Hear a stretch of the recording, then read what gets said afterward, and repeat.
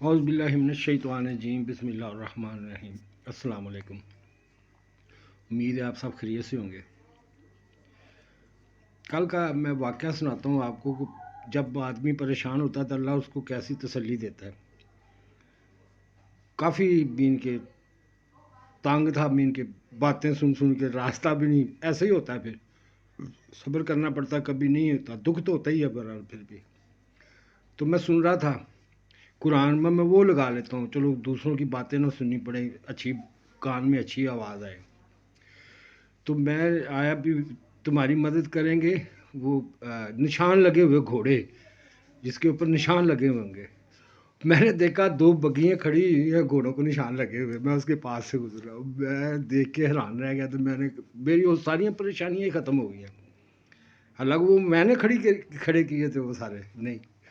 तो उसके बाद मैं ये बात आपको बताता हूँ, ये मैंने क्यों बात की। एक तो ये है कि मौजज़ा था ये, और मुझे भी तसल्ली मिल गई। दूसरा ये है कि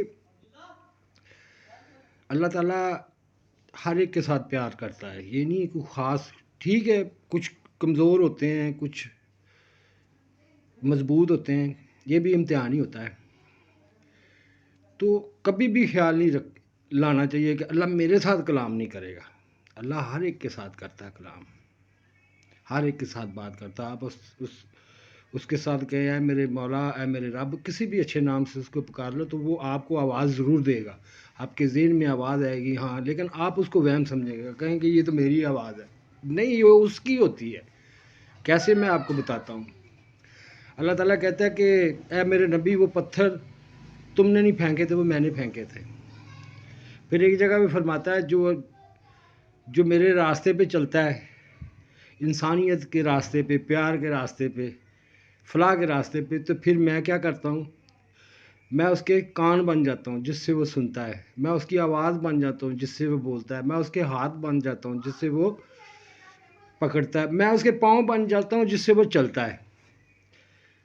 तो ये क्या इसमें है नहीं। और ये मुझे ही बात भूल गई। कैसे भूल गई? शुरू शुरू में मैं बहुत रोता था, अब मैं समझ गया हूँ, पता चल गया, बहुत रोता होता था। एक तो उससे ये साबित हुआ कि जो हजूर सल्लल्लाहु अलैहि वसल्लम की वो दाढ़ी के जो बाल रो रो के उनकी भीग जाती थी, एक ये मुझे तजर्बा हुआ, वाकई भीग जाती हो, क्योंकि वो नीचे गिरते हैं आंसू। एक ये, और दूसरा ये है कि यकूब अलैहिस्सलाम की भी आंखें रो रो के, पढ़ पढ़ के सूज जाती थी, पक जाती थी। एक ये तजर्बा हुआ, मेरी भी पकियाँ। एक ये तजर्बा हुआ कि आप हजूर सल्लल्लाहु अलैहि वसल्लम के पाँव फूल जाते थे, सुज जाते थे, सोज पै जाती सी, खड़े हो के या बैठ बैठ के, काम कर कर के। वो मेरे भी पड़ती है। इससे ये साबित होता है कि उनके साथ जो भी हुआ है ना, उनके साथ बड़ी ज़्यादती हुई है। ये मुझे तब एहसास हुआ है। मैं कभी भी, हो सकता है मेरे जहन में कुछ शक आ जाता, लेकिन ये अल्लाह ताला ने वो सारे शक ख़त्म कर दिए मेरे जहन से। मैं एक दिन ना रो रहा था, तो रो के मैं उठ के ना बाहर आ गया, यहाँ पे बरामदे में आ गया। आंसू मैंने खुद ही पूंछ साफ़ किए।